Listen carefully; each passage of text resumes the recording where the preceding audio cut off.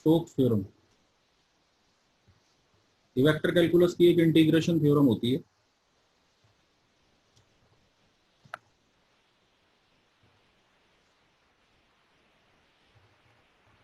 जिसमें कि हम पहले एक क्लोज पाथ लेकर चलते हैं। इमेजिन कर लो ये आपके पास एक क्लोज पाथ है,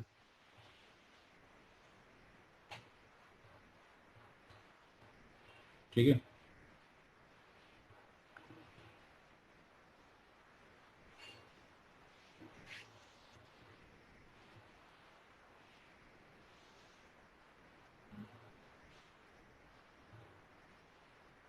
महक, आपने भी ज्वाइन किया?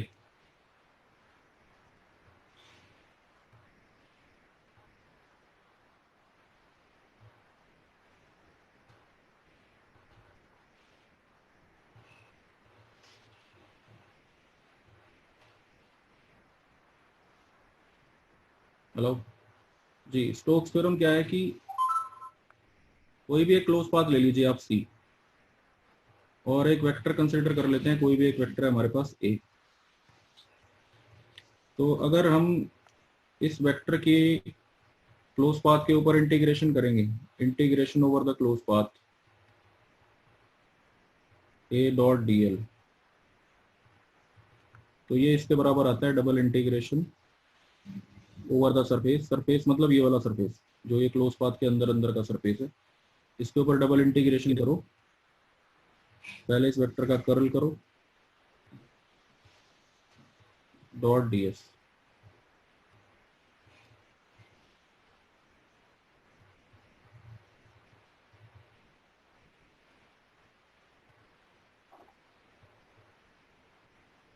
ये आईफोन के नाम से कौन है?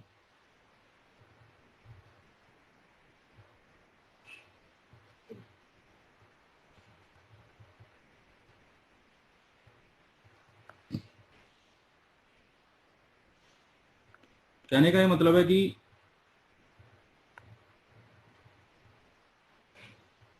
आपके पास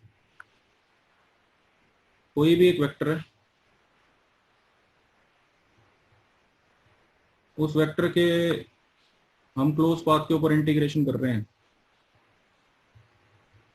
तो उसका जो लाइन इंटीग्रल आएगा, integration over close path C A dot D L, that will be equal to double integration of the curl of the vector dot D S. यानी कि लाइन इंटीग्रल को सरफेस इंटीग्रल में आप convert कर सकते हो by using this theorem, ठीक है।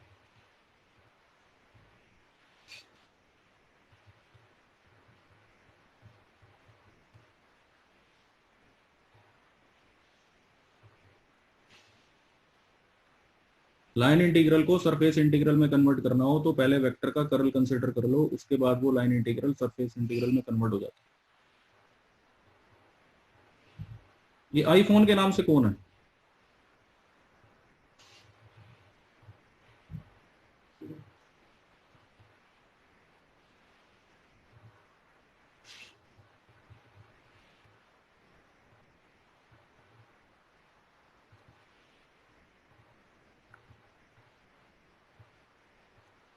तो यहाँ पर मैंने ये जो थ्योरम पढ़ी है, this is basically Stokes theorem. अब इस पर बेस्ड एक क्वेश्चन करते हैं, एक मिनट रुकिए।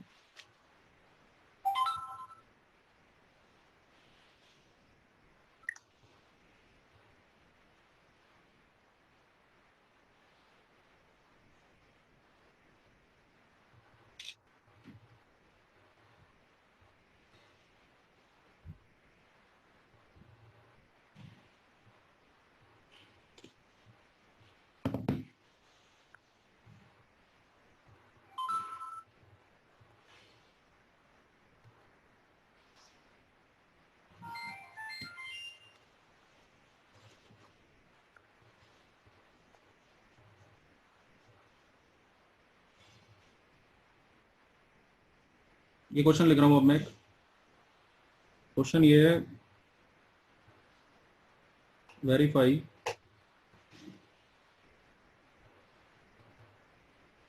स्टोक्स थ्योरम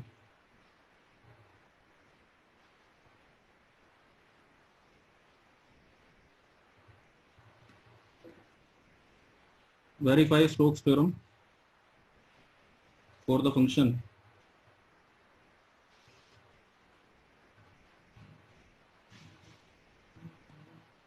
एक फंक्शन गिवन है आपको, इसके लिए स्टोक्स थ्योरम वेरीफाई करनी है X square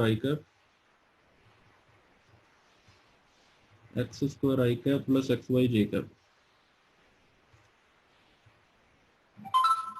integrated round the square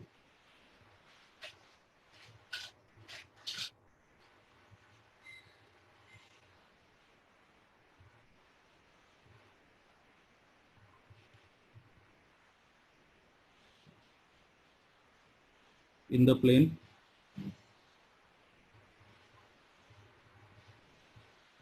z equals to 0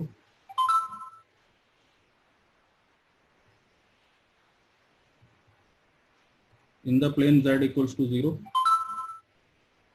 and bounded by lines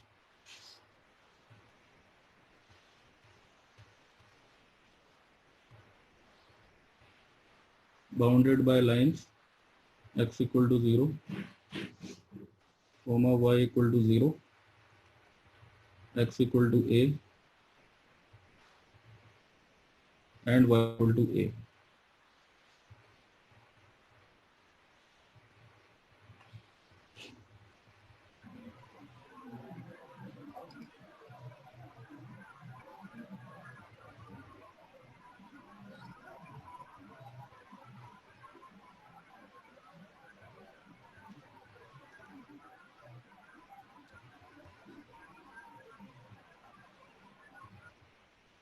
ये प्रमेय दो हैं भाई, मैं दोनों को रिमूव कर रहा हूं, ठीक है ना। जो आपका सही नाम है आप उससे आप एंटर करो।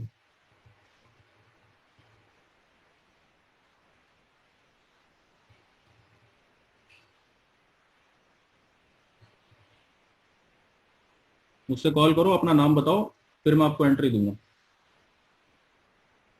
तो यहाँ पर ये आपके पास आ गया। सबसे पहले हम ये फिगर ड्रॉ करते हैं कि हमें किस फिगर के ऊपर करना है।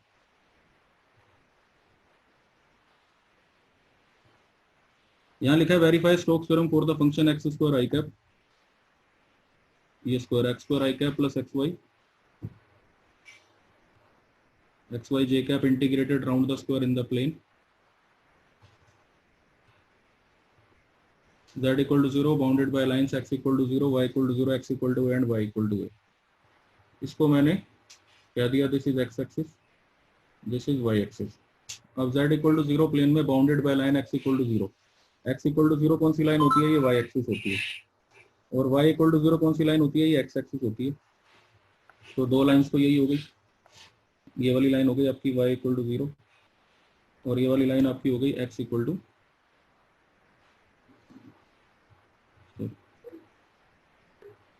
ये वाली लाइन आपकी हो गई,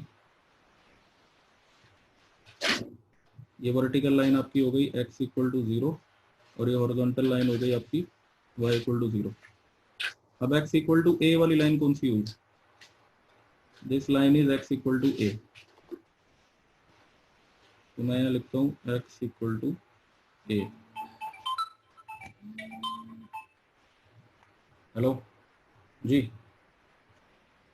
तो आपके नाम से दो एंट्री हो रही थी, मैंने दोनों को ये जो अब आपकी एंट्री हो रही है, आप किस नाम से, स्पेलिंग बताना अपने, अपने नाम के स्पेलिंग बताओ।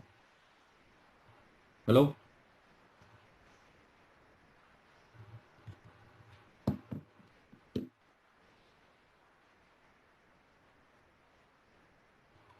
x इक्वल टू a पर एक लाइन है और एक y इक्वल टू a पर है, ये वाली। तो इनको कंबाइन करने से ये आपके पास ये जो क्लोज पाथ बनता है, ये मैं इसमें डॉट डॉट डॉट बना रहा हूँ, ये हमारा बाउंडेड रीजन है और ये क्लोज पाथ है ओ ए बी सी, इसको ऐसे लिख लेते हैं, ठीक है। हमें इसके ऊपर स्टोक्स थ्योरम को वेरीफाई करना है। वेरीफाई करने का मतलब है पहले आप LHS निकालोगे और फिर RHS निकालोगे और दोनों इक्वल आने चाहिए। तो पहले LHS निकालते हैं, इंटीग्रेशन ओवर क्लोज पाथ में लिख लेता हूँ ओ A B C O A B सी ये क्लोज पाथ है, और एफ डॉट डी एल ये हमारी स्टोक्स थ्योरम की एल एच एस होती है। ठीक है, तो यहाँ पर मैं इसको ऐसे लिखता हूँ, integration over close path, F की वैल्यू डालते हैं, एफ की वैल्यू है X square I cap plus x Y J cap dot D l की वैल्यू याद रखना, D x i cap plus d y J cap. Dot product ऐसे करते हैं, आई वाला आई वाले से और जे वाला जे वाले से, ये डी है। ठीक है, तो आपके पास आ जाएगा integration over close path X square D x plus x Y D. भाई ये उल्टे सीधे नाम से जो लोग आ रहे हैं मैं इनको अलाउ नहीं कर रहा। ठीक है ना, आप मेरे से फोन पे बात कर लो फिर आ जाओ।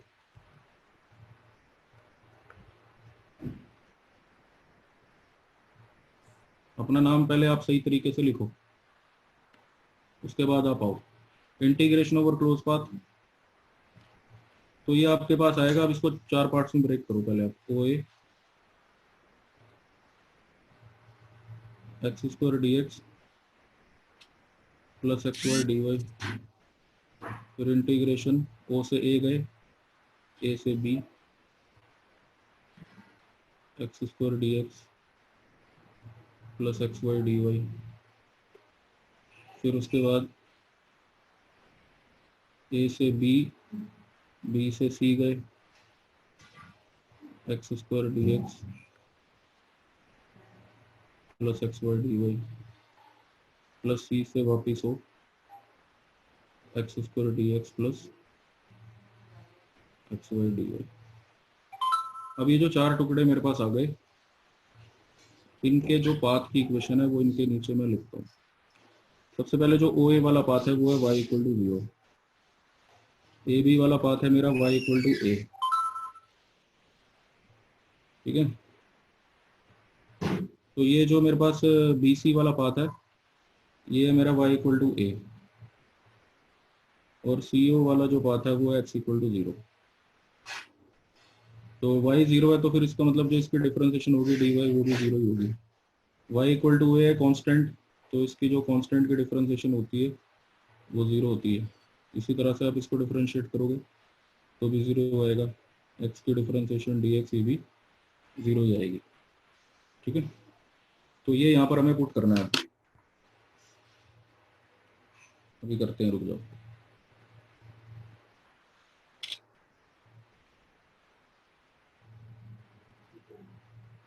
सर ये y0 dy0 कैसे लेते हैं? देखो अगर y की वैल्यू जीरो है, कैसे है मतलब जैसे आप o से a जा रहे हो तो ये o से a आप इस लाइन के अलॉन्ग जा रहे हो ना, ये लाइन की इक्वेशन क्या है बोलो जरा। y equal to 0। हाँ तो बस वो लिखा है मैंने इसके नीचे, ओ से जाने में y इक्वल टू जीरो है, तो जो y की डिफरेंशिएशन आप करोगे dy, तो dy इक्वल टू जीरो होगा। जीरो की डिफरेंशिएशन जीरो होती है, वो लिखा है मैंने।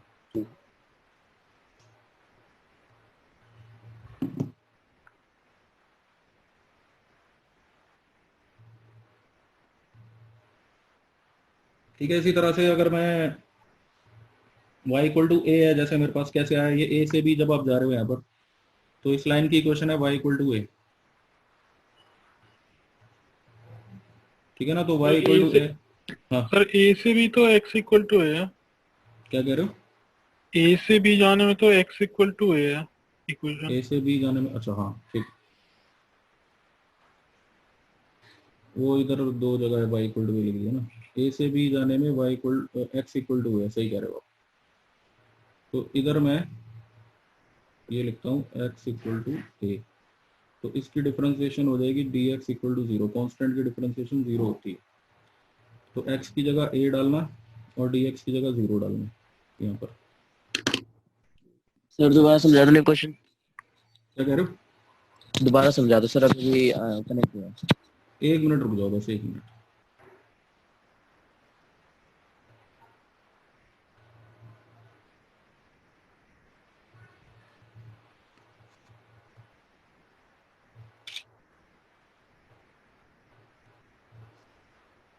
यहाँ पर जो है ना, ये हम स्टोक्स थ्योरम को वेरीफाई कर रहे हैं, ये उसकी एलएचएस होती है स्टोक्स थ्योरम की, integration over close path O A B C F dot D l, F की वैल्यू रखी, डी एल की वैल्यू रखी, इनको डॉट प्रोडक्ट किया।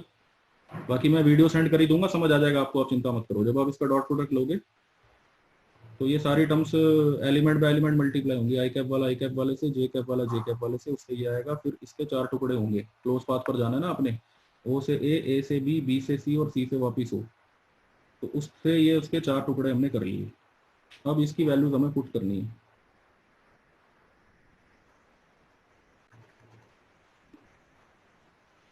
यहाँ पुट करते हैं।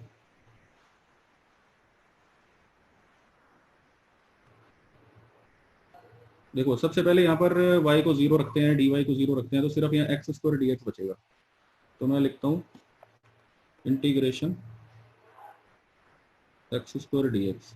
ठीक है, इस पूरे में x को a और dx को 0 रखना है, तो ये हमारे पास बचेगा ए वाई डी वाई, इंटीग्रेशन ए वाई डी वाई, ये बचेगा। फिर उसके बाद यहाँ पर हमें y को a और dy को 0 रखना है, तो यहाँ बचेगा सिर्फ x square D x, integration,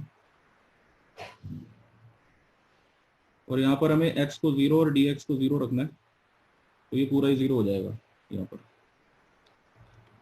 अब इधर जो पहली इंटीग्रेशन है यहाँ पर x square D x, x की लिमिट देखो कहाँ से कहाँ तक जा रही है, 0 से लेकर a तक, तो मैं लिखूंगा 0 से लेकर a तक। फिर उसके बाद ये दूसरी इंटीग्रेशन में y की लिमिट कहाँ से कहाँ जा रही है, 0 से लेकर वो भी a तक, तो यहाँ पर आएगा 0 से लेकर a तक। फिर तीसरी इंटीग्रेशन में x की लिमिट देखो, यहाँ से ये b पॉइंट से c तक जा रहे हो आप, तो x की लिमिट जा रही है a से 0, तो यहाँ पर आएगा a से 0, और चौथी इंटीग्रेशन तो 0 ही हो गई। तो अब हम x को इंटीग्रेट करते हैं।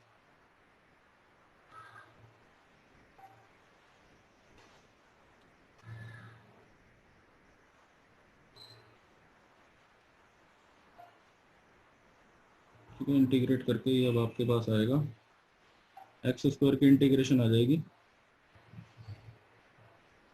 एक्स क्यूब बाय 3, लिमिट 0 से a एज ए कांस्टेंट बाहर, y की integration y square by 2, limit 0 से a प्लस एक्स स्क्वायर की integration x cube by 3, limit a से 0। इसमें लिमिट पुट करके आ गया a cube by 3, upper limit minus lower limit 0 होगी। ठीक है, यहाँ पर आ सर गया a by 2, a square minus 0। जी बोलो।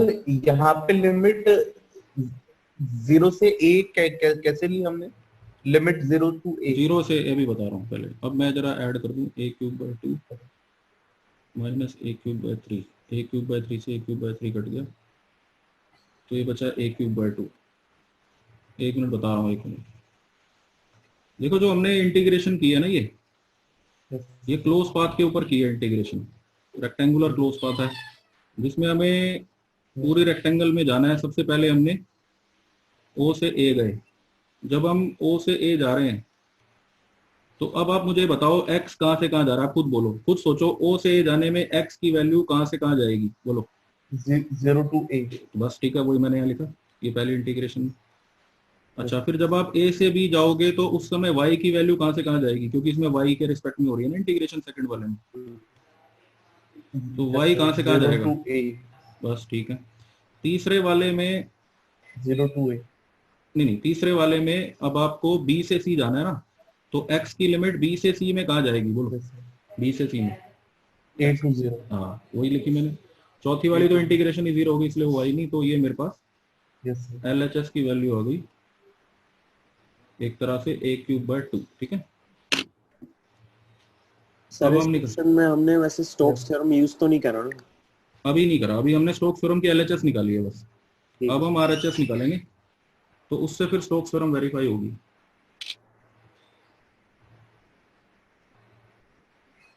अभी यूज नहीं किया स्टोक्स थ्योरम।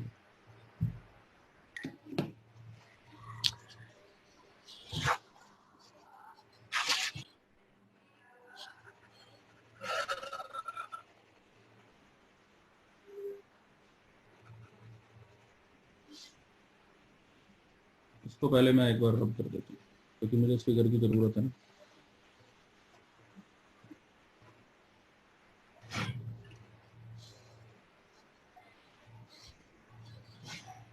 अभी भी लोग आ रहे हैं।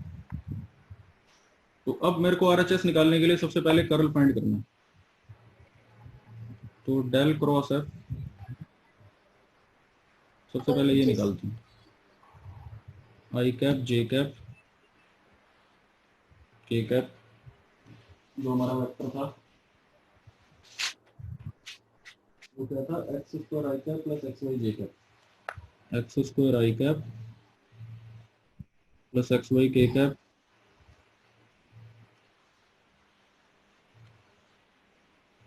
तो यहाँ पर आएगा डेल बाय डेल एक्स, यहाँ आएगा डेल बाय डेल वाई, यहाँ del by del z, x square x y 0। इसको जब आप ओपन करोगे तो ये रो छोड़ो कॉलम छोड़ो, 0 माइनस 0, फिर माइनस जे कैप, ये रो छोड़ो कॉलम छोड़ो, 0 माइनस 0, ठीक है। फिर उसके बाद के कैप, ये रो छोड़ो कॉलम छोड़ो, y माइनस 0, तो y के कैप ये बचा। डेल क्रॉस एफ की वैल्यू आपके पास आ गई y के कैप।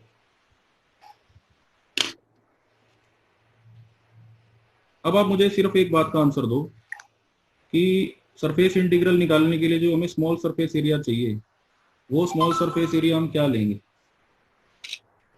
बोलो। स्मॉल सरफेस एरिया तो देखो ये एक्स वाई प्लेन में होगा ना, यहाँ पर आपको पता है एक्स वाई प्लेन में स्मॉल सरफेस एरिया क्या लेते हैं,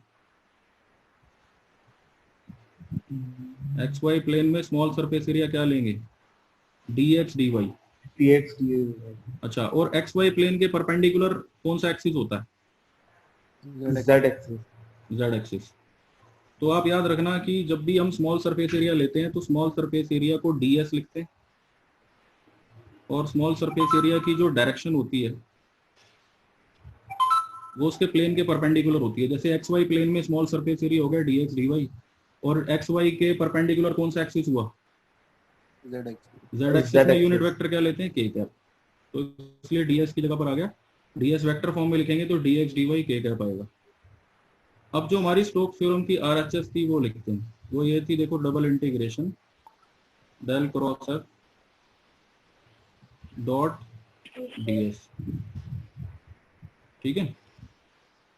तो double integration del cross F की वैल्यू अभी निकाली थी आपके सामने मैंने, y के कैप, ठीक है। और ds अभी आपने मुझे बताया dx dy के कैप। अब क्या होगा, ये के कैप डॉट के कैप ये तो 1 हो जाएगा, तो यहाँ पर सिर्फ आपके पास बचेगा y dx dy, जिसको कि आप ऐसे भी लिख सकते हो y dy dx, ऑर्डर आगे पीछे करके लिख सकते हैं, उससे कोई फर्क नहीं पड़ता।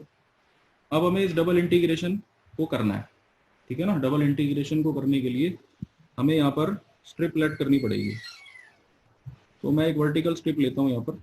सबसे पहले इस वर्टिकल स्ट्रिप का जो लोअर पॉइंट है वो y1 है, और इस स्ट्रिप का जो अपर पॉइंट है वो y2 है। तो y1 की वैल्यू क्या हुई, एक्स एक्सिस पर y क्या होता है, 0। सर हम ऑर्डर ऐसे कैसे चेंज कर देंगे, हमने सीखा था ना वो पूरा तरीका ऑर्डर चेंज करने का। नहीं, ऑर्डर अब जो, अब यहाँ तो कुछ लिखा नहीं है ना, dx dy से करो या dy dx से करो, कुछ लिखा नहीं है यहाँ तो जो ऑर्डर हमें सही लगेगा हम वो लेंगे। आंसर दोनों से सेम आता है, तो आपको पता ही है, dx मतलब लिमिट्स नहीं है तो इसलिए। हाँ, यहाँ पर कुछ मेंशन नहीं है, यहाँ कुछ लिमिट्स प्रोवाइडेड नहीं है, इसलिए मैं इसको आगे पीछे करके लिख सकता हूँ, उससे कोई फर्क नहीं पड़ता। तो मैंने इसको dy dx करके लिखा, फिर वर्टिकल स्ट्रिप ली, इसका लोअर पॉइंट है y1, अपर पॉइंट है y2। तो अब मुझे ये बताओ y2 की वैल्यू क्या लूँ मैं, इस पॉइंट पर y क्या a है, तो y2 है आपका a। तो यहाँ मैं लिखूंगा 0 से a, ठीक है। ये मेरी इनर लिमिट हो गई, इस स्ट्रिप के लोअर और अपर पॉइंट ये यहाँ आ गए। उसके बाद मुझे इस स्ट्रिप को मूव करना है, तो इस स्ट्रिप को मुझे एक्चुअली में यहाँ से लेके यहाँ तक ले जाना है, स्लाइड करके इधर से इधर तक। तो वो हमारी x की लिमिट होगी, वो कहाँ से कहाँ तक जाएगी, स्ट्रिप 0 से लेकर a तक, तो वो भी 0 से a ही आएगी, आउटर लिमिट भी, ठीक है। तो जब आप इसको इंटीग्रेट करोगे तो सबसे पहले y की इंटीग्रेशन होगी, ठीक है। मतलब सबसे पहले ये वाली ब्रैकेट इंटीग्रेट होगी। बताओ भाई y की इंटीग्रेशन क्या होती है, बोलो। y स्क्वायर बाय 2, सीधा सीधा यहाँ y स्क्वायर बाय 2 आ गया, लिमिट 0 से a, ठीक है। तो इसमें जब मैं लिमिट पुट करूंगा क्या है, बोलो, square by A square by 2 ये आ गया -0, ठीक है। यहाँ क्या बचा dx।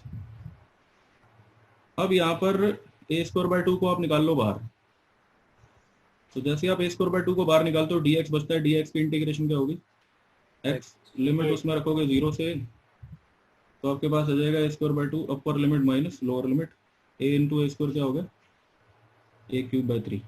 तो देयरफॉर मैंने ये प्रूव कर दिया कि LHS इक्वल टू RHS है, a cube by 2। a cube by 2 sorry.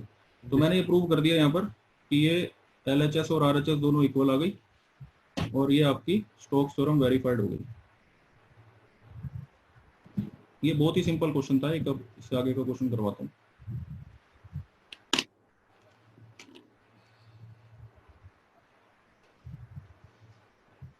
जब भी आप अपना रूम में एंट्री करते हो वेटिंग रूम में, तो आप अपने सही नाम से एंट्री करो, सो दैट कि मुझे पता चले कि, अदरवाइज आप मुझे कॉल कर लो।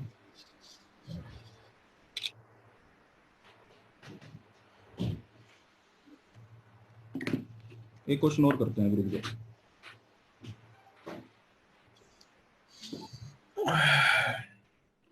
देखिए क्वेश्चन है,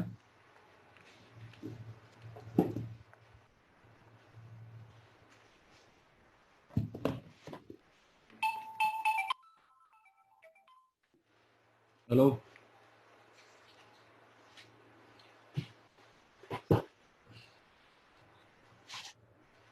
नहीं नहीं वो मैं नहीं करूंगा यार अलाउ, आप एक ही नाम से अलाउ एंटर कर सकते हो बस, sorry.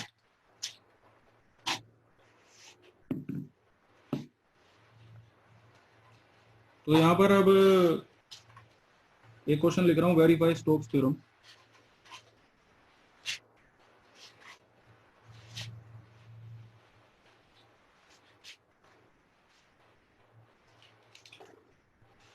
For f is equal to 2x minus y I cap minus yz square j cap minus y square z k cap। ये वेक्टर गिवन है, ठीक है। इसके लिए वेरीफाई करना है for the surface S where S is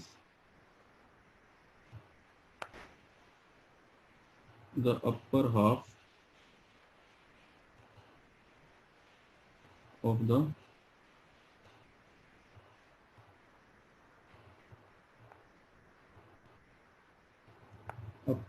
the sphere,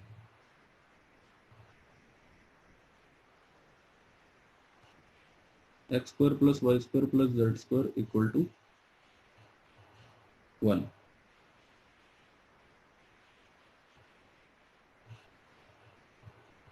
यहाँ पर देखो ये सिंपल साफ साफ आपको गिवन है, एक वेक्टर है f is equal to 2x minus y i cap minus y z square j cap minus y square z k cap, और एक सरफेस एस के लिए स्टोक्स थ्योरम को वेरीफाई करना है upper half of the sphere. सबसे पहले आप मुझे बताओ कि स्फीयर को अगर हम काट दें तो उसका अपर हाफ आपको कैसा दिखाई देगा, बोलो। नहीं सिर्फ हम उसके पैरामीटर की बात कर रहे हैं, हमें एक्चुअली स्टोक्स थ्योरम में ना सिर्फ बाउंड्री लेनी होती है। अगर मैं स्फीयर को काट दूं तो उसकी बाउंड्री कैसी बनेगी, semi circle, half circle, semi नहीं पूरे स्फीयर को काटा है मेरे भाई, पूरे स्क्वायर को कट कर दिया तो उसकी बाउंड्री कैसी बनेगी, सर्कल बनेगी। तो पहले एक सर्कल ड्रॉ कर लेते हैं यहाँ पर। अगर हम स्फीयर को बीच में से कट कर दें तो बनेगा तो हेमीस्फीयर, लेकिन हमें हेमीस्फीयर की बाउंड्री लेनी है। हेमीस्फीयर की जो आउटर बाउंड्री होती है ना वो एक सर्कल होती है सिर्फ, तो स्टोक्स थ्योरम में सिर्फ बाउंड्री लेनी होती है, ठीक है। तो ये सर्कल आ गया, ये एक्स एक्सिस और ये Y axis.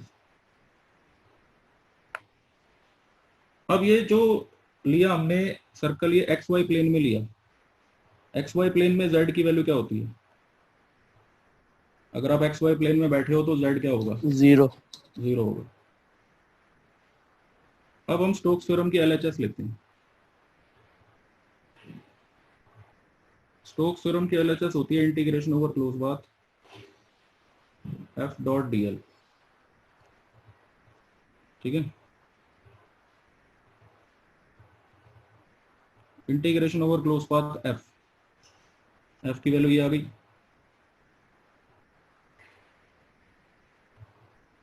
To x minus y i cap minus y z square j cap minus y square z k cap dot D l की जगह पर आ गया d x i cap plus d y J cap plus d z k cap.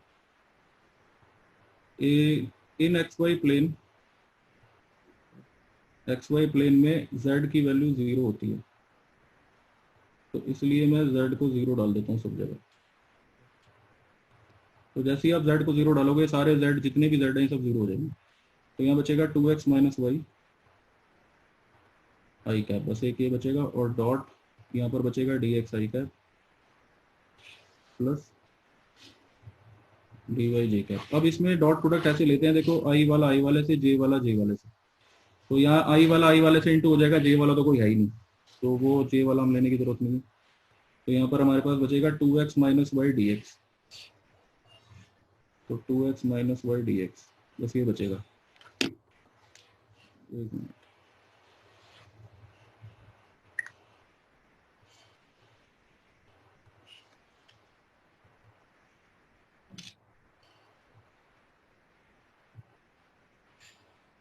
तो ये अब हमें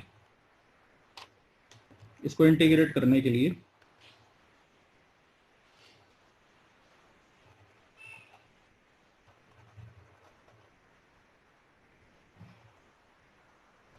parametric हम पोलर कोऑर्डिनेट्स यूज करेंगे यहाँ पर। इसको इंटीग्रेट करने के लिए बेस्ट है कि we will be using polar coordinates. क्या होते हैं पोलर कोऑर्डिनेट्स, बोलो।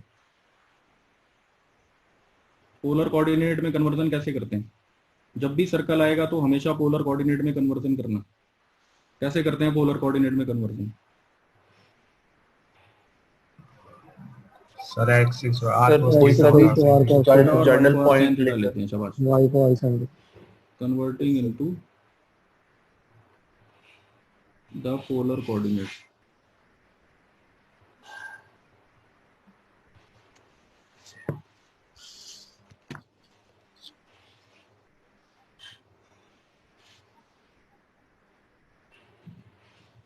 तो पोलर कोऑर्डिनेट में कन्वर्जन के लिए हम ये पुट कर रहे हैं x को r cos थीटा, रेडियस यहाँ पर 1 है।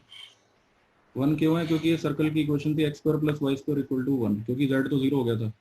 तो ये सर्कल की रेडियस 1 है, तो x आ गया 1 इंटू यानी r cos थीटा यानी 1 इंटू कॉस थीटा, और y आ गया r यानी 1 इंटू साइन थीटा। तो अगर मैं इसको डिफरेंशिएट करूँ, x की वैल्यू cos थीटा है तो इसकी डिफरेंशिएशन क्या होगी? cos थीटा की डिफरेंशिएशन क्या होती है? Minus sine theta D theta.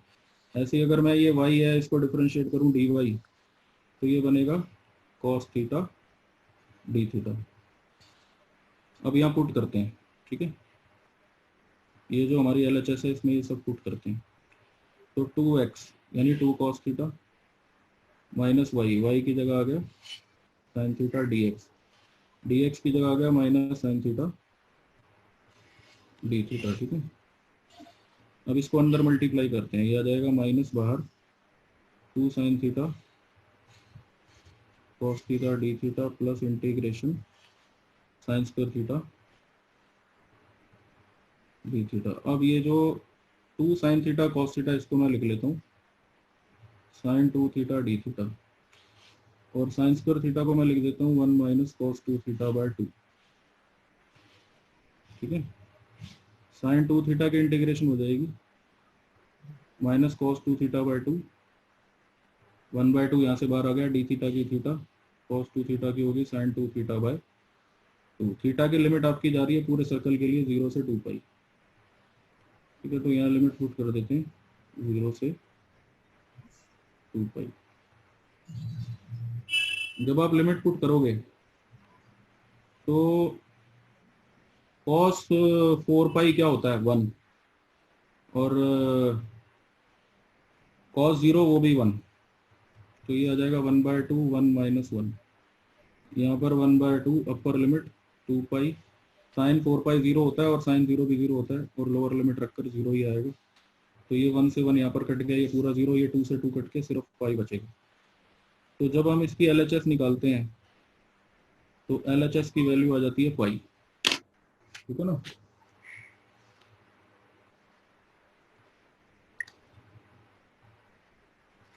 LHS की वैल्यू यहाँ पर आ गई पाई। अब हमें निकालनी है RHS। एक मिनट रुक जाओ बस। RHS निकालने के लिए हमने पहले कर्ल फाइंड करना पड़ेगा, ठीक है। तो सबसे पहले हम डेल क्रॉस एफ निकालते हैं। डेल क्रॉस एफ के लिए पहले हम लिखेंगे i cap j cap k cap, del by del x, del by del y, del by del z. यहाँ पर हमारे पास इसके कंपोनेंट आएंगे, इधर आएगा 2x माइनस वाई, यहाँ पर आएगा माइनस वाई जेड स्क्वायर, यहाँ पर आएगा minus y square z. Audio off कर लेना, अगर आपको कोई बात करनी है तो ऑन कर लेना, ठीक है, अभी ऑफ रखो। तो ये आपके पास आ जाएगा, ये रो छोड़ो कॉलम छोड़ो, इसको क्रॉस मल्टीप्लाई करो, माइनस 2yz, ठीक है, इसको उधर ले जाओ, प्लस 2yz माइनस जे कैप। ये रो छोड़ो कॉलम छोड़ो, इसको उधर ले गए 0, इसको उधर ले गए 0, प्लस के कैप। ये रो छोड़ो कॉलम छोड़ो, इसको उधर ले गए 0, इसको उधर ले गए -1, ठीक है, ये आपस में कट गए, तो सिर्फ के कैप बचा, ये माइनस माइनस प्लस हो गए। तो डेल क्रॉस एफ की वैल्यू मेरे पास आ गई सीधा सीधा के कैप, ठीक है।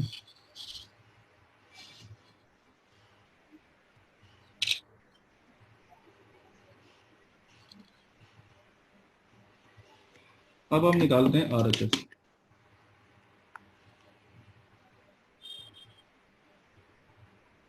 हमारी स्टोक्स थ्योरम की जो RHS होती है वो होती है double integration del cross F dot ds। क्या निकाला हमने डेल क्रॉस एफ की वैल्यू अभी अभी आपके सामने के कैप। और स्मॉल सरफेस एरिया आप मुझे बता दो, आप खुद सोचकर अपने दिमाग से क्या होना चाहिए। सर्कल XY प्लेन में है तो उसका स्मॉल सरफेस एरिया क्या होना चाहिए, dx dy dx dy के कैप, ठीक है ना। r d थीटा नहीं नहीं r d नहीं नहीं नहीं, आप XY प्लेन में हमेशा ये लिखो dx dy के कैप, कोई उससे सर्कल के चक्कर में मत पड़ो आप, dx dy के कैप, ठीक है। स्मॉल सरफेस एरिया ये होगा, k डॉट k तो 1 हो गया। तो अब आप ये सोचो कि जब आप dx dy के रिस्पेक्ट में इसको इंटीग्रेट करोगे तो ये dx dy तो स्मॉल सरफेस एरिया है, जब मैं इसका डबल इंटीग्रेशन करूंगा तो ये मुझे पूरे सर्कल का एरिया ही तो मिलेगा। आप सर्कल का एरिया सीधा लिख सकते हो, क्या होता है बोलो, सर्कल का एरिया होता है पाई आर स्क्वायर, आर यहाँ पर 1 है, मतलब सीधा इंटीग्रेट करके यही आएगा सर्कल का एरिया पाई आर स्क्वायर। तो ये पाई आ गया, तो इससे प्रूव हो गया कि LHS और RHS आपकी इक्वल है। सर ये बताना डबल इंटीग्रेशन के बाद क्या किया है। मैं ये कह रहा हूँ ये डबल इंटीग्रेशन सॉल्व करने के लिए मैं स्ट्रिप बना के कर सकता हूँ, ठीक है, लेकिन मैं ये आपसे पूछ रहा हूँ वो डबल इंटीग्रेशन करके मुझे मिलेगा क्या, एरिया ही तो मिलेगा ना सर्कल का, क्योंकि dx dy small surface area है। जब आप इसको इंटीग्रेट करोगे, जैसे आपने फिजिक्स में भी पढ़ा होगा, स्मॉल सरफेस एरिया की जो इंटीग्रेशन होती है वो s होती है, डबल इंटीग्रेशन ds क्या होती है s, ठीक है ना। तो वही चीज मैं यहाँ आपसे पूछ रहा हूँ, सीधा ही लिख सकते हो आप कि dx dy is a small surface area. जब आप इसकी डबल इंटीग्रेशन करोगे तो वो सर्कल का एरिया ही तो आएगा, is equal to area of circle. क्या होता है बोलो सर्कल का एरिया, बोलो सर्कल का एरिया क्या होता है, पाई आर स्क्वायर, r1 है तो पाई आ गया, और यही हमारी LHS थी वही RHS आ गई, तो स्टोक्स थ्योरम यहाँ पर हमारी वेरीफाई हो गई।